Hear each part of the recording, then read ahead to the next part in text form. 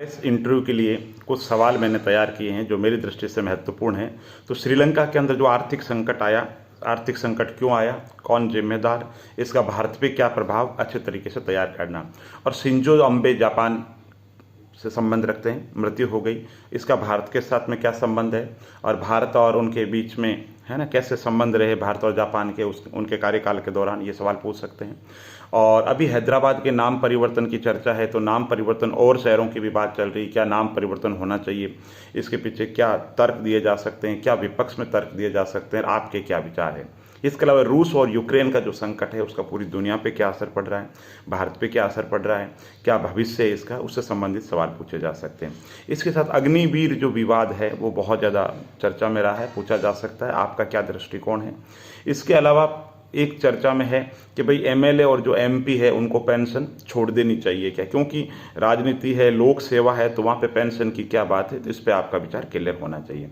इसके अलावा अगर बात करें राष्ट्रपति के अभी चुनाव हुए हैं, तो राष्ट्रपति के चुनाव, उपराष्ट्रपति के चुनाव कैसे हैं होते हैं, क्या उसकी पद्धति है, राष्ट्रपति से संबंधित जो सवाल है वो पूछे जा सकते हैं।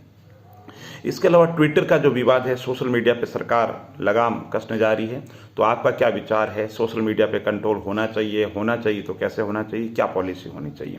इसके अलावा यूनिफॉर्म सिविल जो कोड है उस पर आपसे सवाल पूछे जा सकते हैं। क्रिप्टो करेंसी बहुत चर्चा के अंदर है, क्या इसका भविष्य है, क्या प्रॉब्लम आती है इसकी वजह से।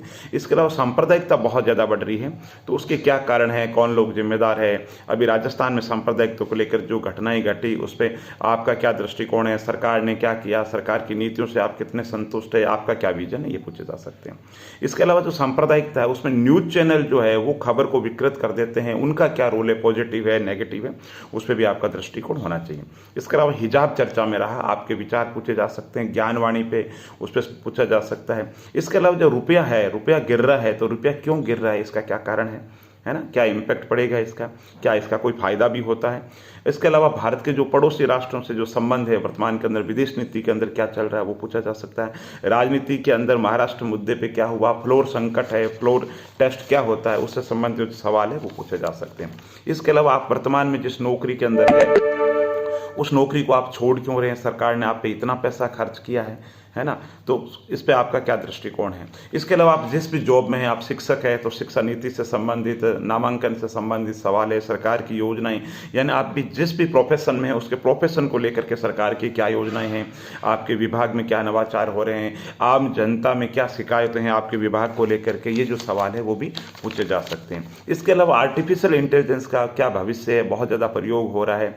इसके अलावा इलेक्ट्रॉनिक वाहन है, उनका क्या है, 5 ट्रिलियन की भारत की जो अर्थव्यवस्था है, तो भारत की अर्थव्यवस्था के पॉजिटिव पॉइंट कौन से है, क्या नेगेटिव है, भारत की अर्थव्यवस्था की अभी क्या स्थिति, उससे संबंधित जो सवाल है वो पूछे जा सकते हैं। इसके अलावा संसदीय आचरण क्या है, उससे संबंधित सवाल पूछे जा सकते हैं। संसद में कुछ शब्द बैन कर दिए जाते हैं, उन बैन किए गए शब्दों के क्या अर्थ है। भारत सरकार की विभिन्न महत्वपूर्ण स्कीम है जिसमें से आत्मनिर्भर भारत है, आपकी दृष्टि से कितना सफल है, और भारत सरकार के द्वारा कृषि के लिए क्या किया जा रहा, उद्योग के लिए क्या किया जा रहा, महिलाओं के लिए क्या किया जा रहा, टैक्स रिफॉर्म के लिए क्या किया जा सकता है, ये पूछा जा सकता है। और आपके हिसाब से राजस्थान की अर्थव्यवस्था को, भारत की अर्थव्यवस्था को गति देने के लिए 5 पॉइंट कौन से हैं जो आपके हिसाब से अगर ऐसा किया जाए तो अर्थव्यवस्था को बूम मिल सकता है। इसके अलावा गिग इकोनॉमी क्या है, क्या उसका भविष्य है, जाति आधारित जनगणना पे आपके क्या विचार है, आधार कार्ड जो वोटर कार्ड है उनको लिंक किया जा रहा है तो उस पर क्या विचार है, इंफॉर्मेशन टेक्नोलॉजी के अंतर्गत आपके हिसाब से क्या नवाचार किए जा सकते हैं। और मोटा मोटी राजस्थान सरकार की, भारत सरकार की जो स्कीम है